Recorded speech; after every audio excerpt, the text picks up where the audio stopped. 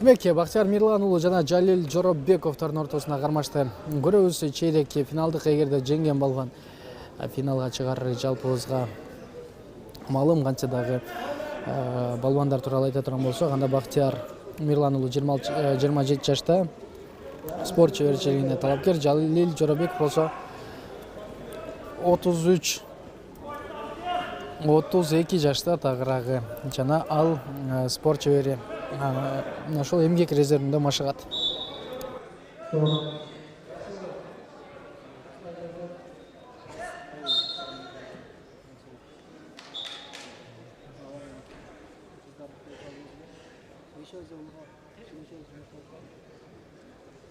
Демек, Бактияр Мирлан уулуна бир эскертүү берилгенден кийин Жалил Жоробеков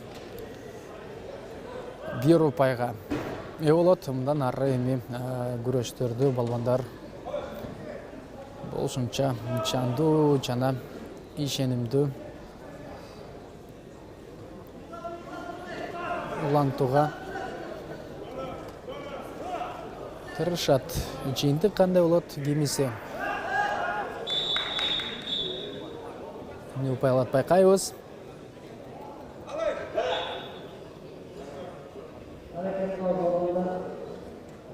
Балбандардын эми болушунча мыкты кармаштары керек бизге. Жалил Жоробеков эмнени ойлоп табат болду экен. Албетте буга чейин эми активдүүлүгү үчүн упайлан болсом да эми гана азыр пассивдүү болууда. Мындай жүрүштөргактан да Бактияр Мирлан уулуна упай карылып калуусу ыктымал дегичи. Дал ошондой азыр Мирлан Бактияр уулуна дагы 1 упай берилди. Жалпы эсеп 1-1. Жана ушул жерден биз алардын кармашын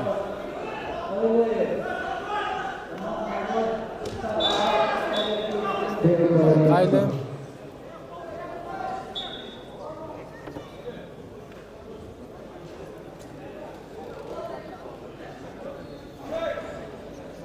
бири-бирин оң колдорун өткөрдү. 2 кол тең курда жана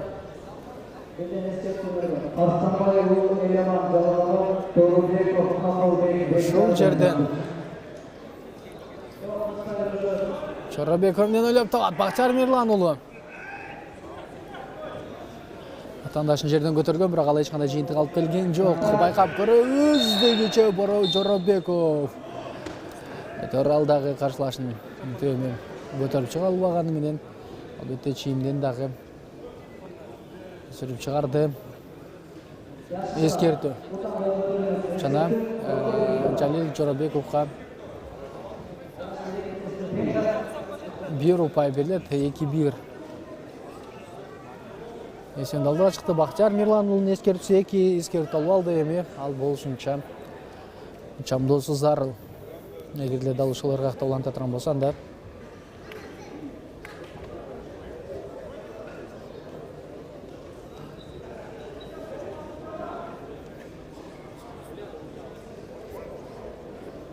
Ошор отуруп калышы ыктымал. Айлы Бактияр Мирлан уулу тартабы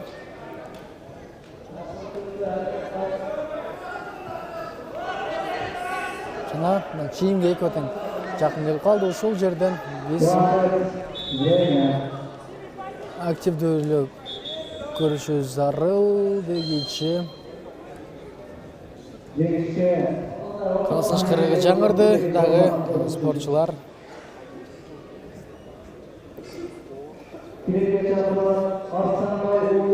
Албетте жарым финалдык, чейрек финалдык кармаштарды көрсөтүшү керек.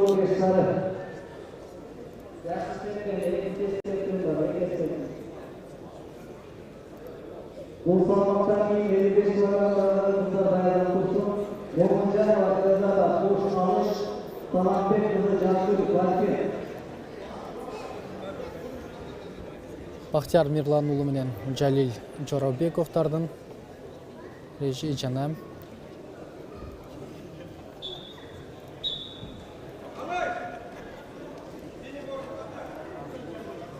ушул жерден алыш деген белги берилип, балбандар кайрадан бири-бирин курдан бекем кармашты жана бул жүрүштөр эмне менен жыйынтыкталат. Байкайлы азырынча жаман тирештер бар, жана ышкырыктан кийинки аракеттер көрүлдү. Калыс кандай баалайт байкайлы.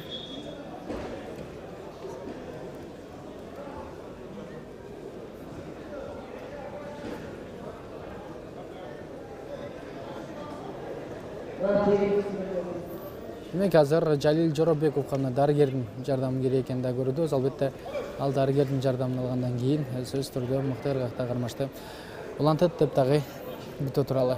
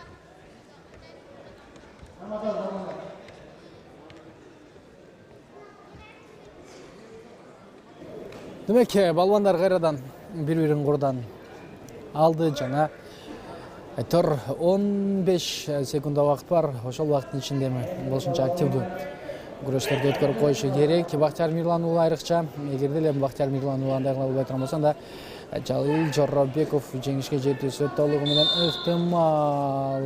Жана азыр жыйынтык эмне болот? Байка 2 секундалык убакыт жана борбордук калыс четти карайт, атаандашы күрөшпөй качып жатканын Бактияр Мирлан уулу айтууда. Албетте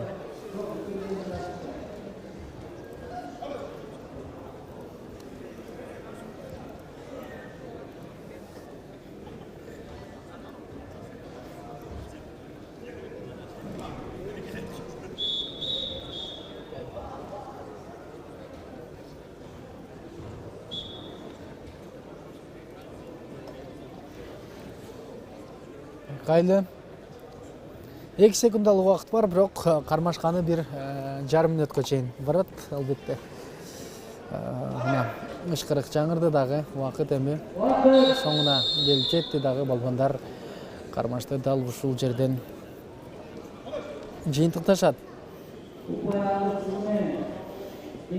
Жана жеңишке Жалил Жоробеков жетет дагы кийинки баскычка өтөт. Биз болсо 100 килограммдан жогорукулардын эң соңку чейрек финалдагы кармашын көрөбүз. Андан ары эми жарым финалдык кармаштарга дагы келип жетебиз.